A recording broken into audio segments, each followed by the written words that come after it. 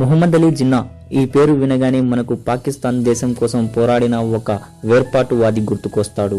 పుస్తకాల ప్రభావమో లేక మన పాలకుల చొరవో లేక మన దేశభక్తో తెలియదు, కానీ కొన్ని సందర్భాల్లో వాస్తవ చరిత్రకు దూరంగా ఉండాల్సి వస్తుంది. భగత్ సింగ్ పేరు వింటేనే దేశం కోసం తెల్ల దొరల మీద దండెత్తిన ఒక యోధుడు, భారతావని కోసం ఉరికంబం ఎక్కిన ఒక వీరుడు మనకు కనిపిస్తాడు.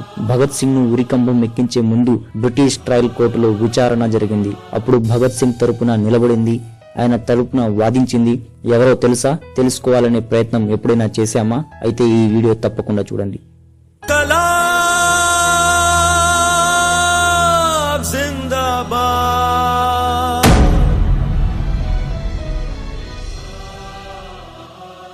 భగత్ సింగ్ మరియు గాంధీజీ పొలిటికల్ డిఫరెన్సెస్ గురించి మన అందరికీ తెలిసిందే. ఎందుకంటే వీరిద్దరిది చెరోదారి. ఒకరు మితవాది అయితే ఇంకొకరు అతివాది. జిన్నా అప్పటికే పేరుగాంచిన లాయర్.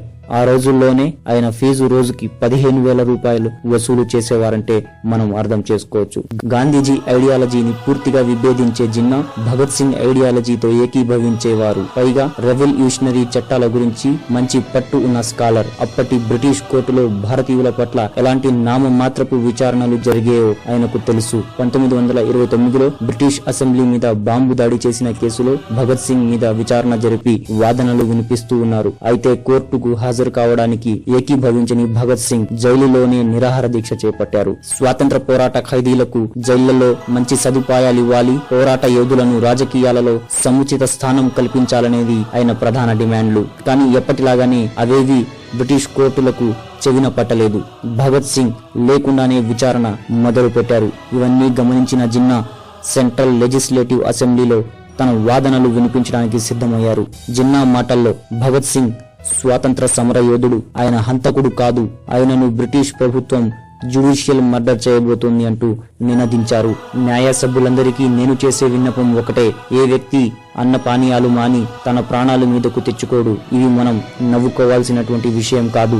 ఆలోచించండి. నిరాహార దీక్ష చేసే వ్యక్తి తన ఆత్మానుసారంగా ప్రేరణ పొంది ఇలాంటి త్యాగానికి సిద్ధమవుతాడు. అంతేకాని అతను ఏ ఒక్క వ్యక్తి ప్రాణాలు తీసే నరరూప రాక్షసుడు కాదు. కానీ అసెంబ్లీ సమయం ముగియడంతో జిన్నా మాటలు మధ్యలోనే ఆపివేయబడ్డాయి. తిరిగి రెండో రోజు అదే సీన్ రిపీట్.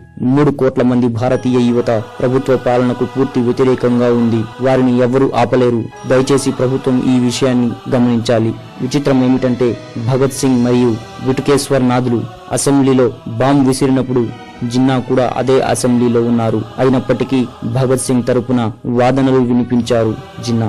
1931 వరకు జిన్నా స్వాతంత్ర సమర యోధుల తరపున నిలబడే ఓ మంచి నేతగా ఉన్నారు. తదనంతరం జరిగిన రాజకీయ పరిణామాలు ఆయనను ఓ వేర్పాటువాదిగా చేశాయి. ఇలాంటి చరిత్రకు సంబంధించిన మరిన్ని నిజాలు తెలుసుకోవాలంటే కామెంట్ బాక్స్ లో పెట్టండి. తప్పకుండా మీ సందేహాలు తీర్చే ప్రయత్నం చేస్తాను.